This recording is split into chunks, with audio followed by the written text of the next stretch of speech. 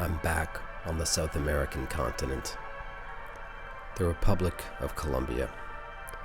Colombia has the highest concentration of biodiversity of any country in the world, and not long ago had the world's second largest population of internally displaced persons.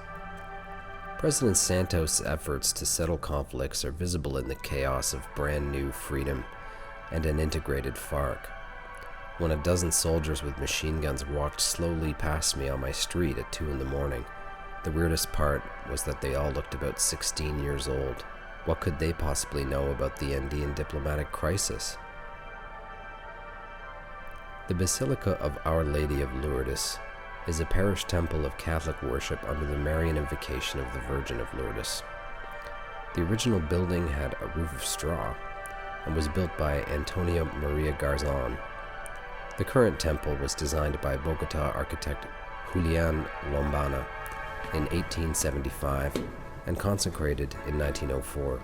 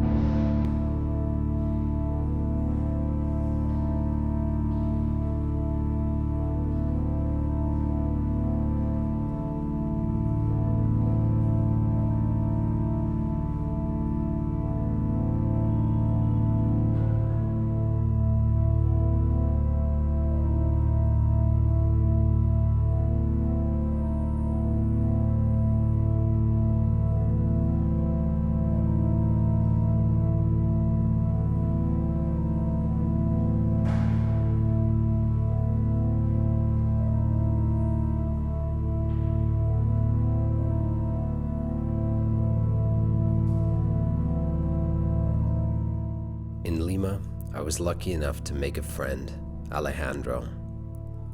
I had arrived with no plan.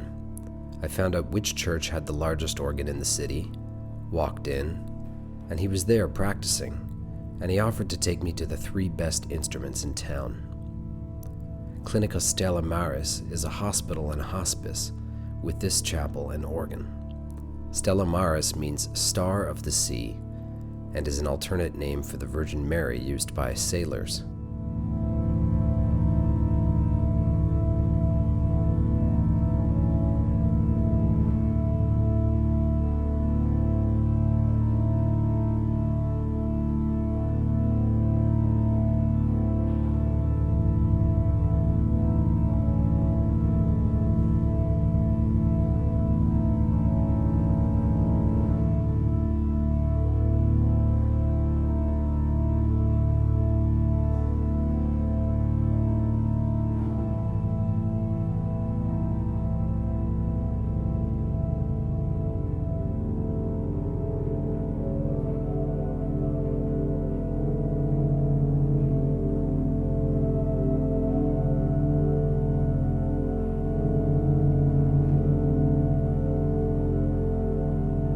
The Church of San Felipe Apostol has an organ by the same builder, and I found similar comfort in its warm foundations and cool, soothing overtones.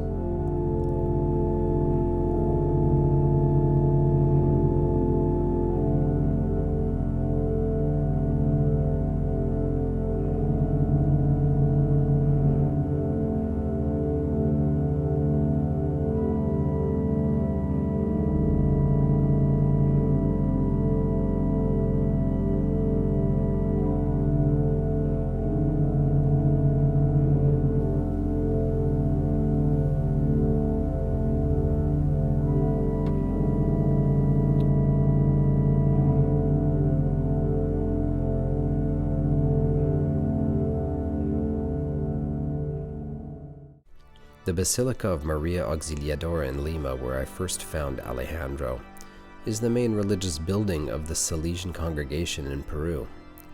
It was designed by our old friend Ernesto Vespignani, who designed one of the other Maria Auxiliadoras I visited, and it was inaugurated in 1921 as part of the celebrations for the centennial of the independence of Peru.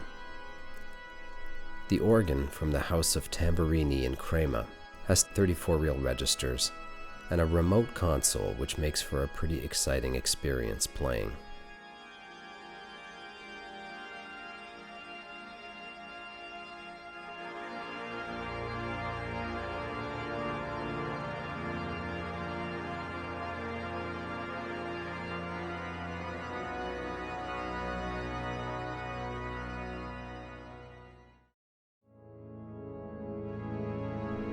At this point, I'm not sure what to do.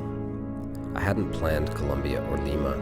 I just bought the ticket to Bogota at the airport because they wouldn't let me get on the plane to Curacao without a flight leaving the island. I bailed on Brazil and Suriname because I lost my vaccine card, and I kept hearing about so many murders.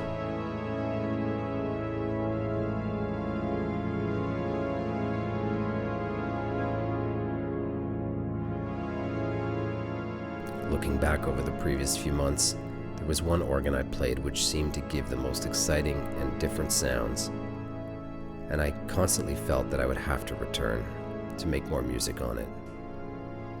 Here in Punta Arenas, in the Antarctic region. I had titled some of the recordings from that session back in March, Requiem. I wanted an opportunity to elaborate on this idea now.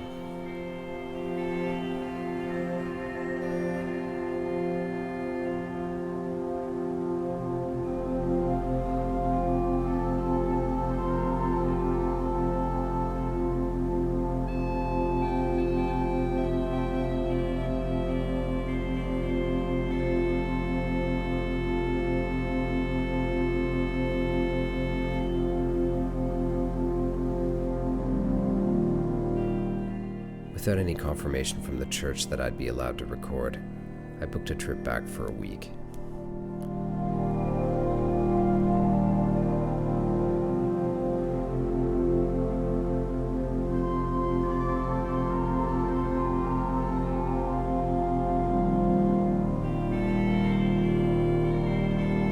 It's mid-May, the first snow of winter.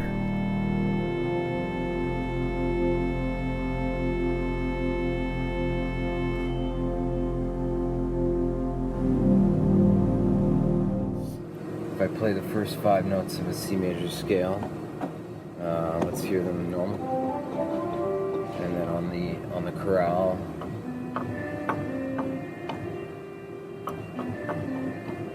see it already in that bad tuning. There's some kind of really nice intuitive melody,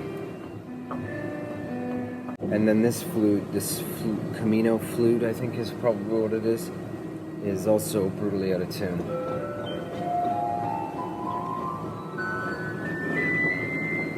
It's sort of everywhere, but there's something about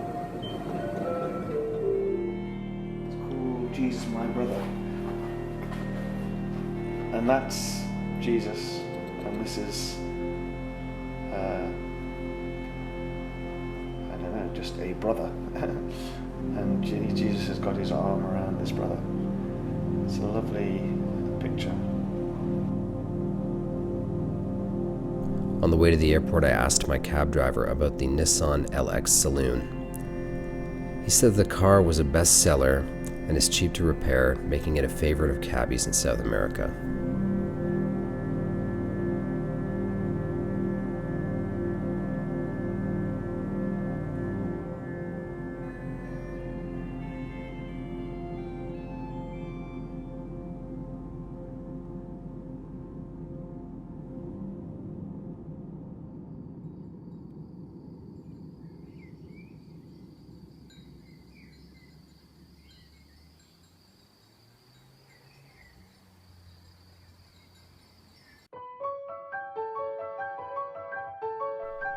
Paul Hindemith was a German composer and music theorist.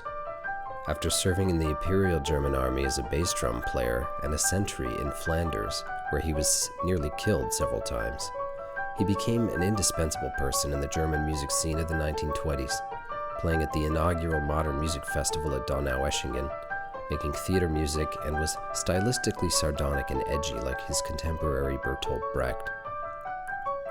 Brecht's epic theater proposed that a play should not cause the spectator to identify emotionally with the characters, as this caused emotional catharsis, which drained the spectator's motivation for social change. Brecht sought to constantly remind us that we're watching a play, hoping we'd realize that the political realities of our lives are a play that we as a society are writing the script of and can control.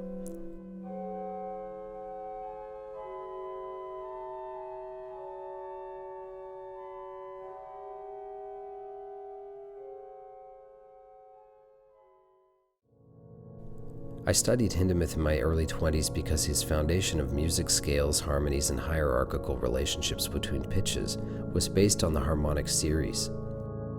It gives the music a prosaic mathematical quality which nonetheless reaches the same conclusions as other musical systems, and I believe reaches them with more vigor, having a sound basis and foundation in physics. His theory was necessary after Debussy and others mixed modes and tonalities in ways previous systems just couldn't explain. No music better encompasses the range of bitter and sour emotions of Germany in the 1930s.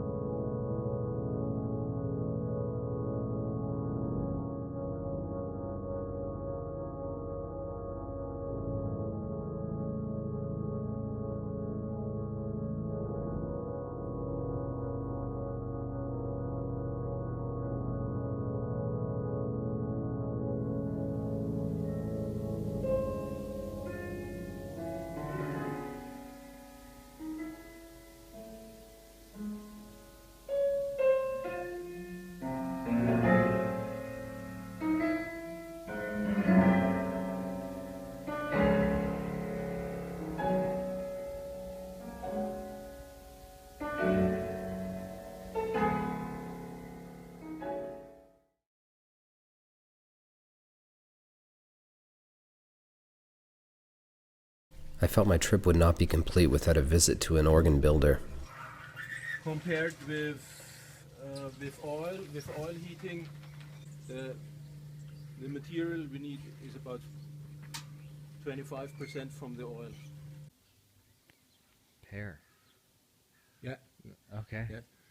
I didn't know that was good wood. It's a very nice wood. The House of Veer was established mid-20th century by Peter Veer Pour les gens plus âgés, c'est trop haut. and continued by his son Martin. See the, how do you call Their that? work is notable for the facade design and their kinship with the famous German house of Silbermann. We can open it and we heat 8 houses. Raboteuse pour le bois. Aussi ça, c'est une raboteuse, mais très spéciale. And afterwards you have to put it here to, en français, il faut le raboter. Très grand orgue. Ont le même principe.